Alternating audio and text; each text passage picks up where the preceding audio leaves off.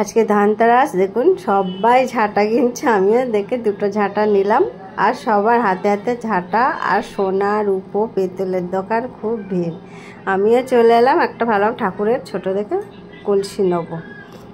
অনেকক্ষণ দেখে টেকে নিলাম। আর কি ভিড় দেখুন, অনেকক্ষণ ধরে দাঁড়িয়ে আছি। যাই হোক, আর কি ভালো লাগছে দেখুন, ভর্তি কেক। গণেশ লক্ষ্মী নিচ্ছে কেক, যার যেটা প্রয়োজন দরকার সেটাই সব নিচ্ছে। কি ভালো লাগছে না? বেশ কাঁসা পেতলের দোকানটা জল জল করছে। এই দোকানটা প্রত্যেকবারেই এত সুন্দর করে সাজায় না। আর আমি এই দেখুন এই কলসিটা মানে পছন্দ করছি, এটাই নেবো। বেশ ভারী আছে, এটা কিন্তু পেতল না, এটা কাঁসার পিওর। এটাই আমি বললাম, ওজন করে দেখলো ভারীও আছে। আর এই দেখুন কলসিটা নিয়েছি, আর কি সুন্দর লক্ষ্মী গণেশদের, বেশ ভালো লাগছে। আর দেখুন সবার হাতে হাতে দুটো তিনটে করে ঝাঁটা নিয়েছে। সব জানি না, রাস্তায় বেরোলেই ঝাঁটা।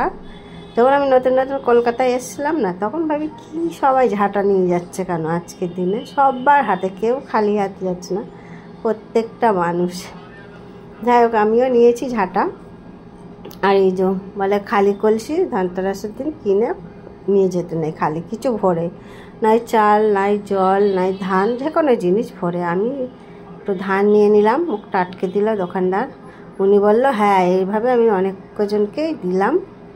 আর দেখুন কলসিটা নেকেনারটা না এরকম একটা বেশ খজা খজা টাইপের লাগছে। তা মাজলে উঠে যাবে, দিদি বলছে মাজলে উঠে যাবে। ওর খুব পছন্দ হয়েছে কলসিটা। আর এই যে কয়েকটা প্রদীপ নিলাম ভালো ভালো দেখে, মাল্টি কালারের দেখে, মোমবাতি। কারণ আমাদের নিয়ম আছে কালী পুজোর আগের দিন 14টা প্রদীপ জ্বালানো, 14 শাক খাওয়া, এগুলো আছে নিয়ম। সেই জন্য আগের দিন কিনে নিলাম, বুঝছেন। ভালো হয়েছে দেখুন তো, এগুলো তো আমাদের পুচকিগুলো খুব ভালো হয়েছে, মানে পছন্দ হয়েছে খুব। মাল্টি কালার তো দেখতে ভালো লাগছে। আর বাড়ি এসে দেখি দুজন মিলে চরকি জ্বালাচ্ছে, ওর মা বাবা এসছে, সেটাই আমি বলছিলাম, একা একা কাউকে না ডেকে।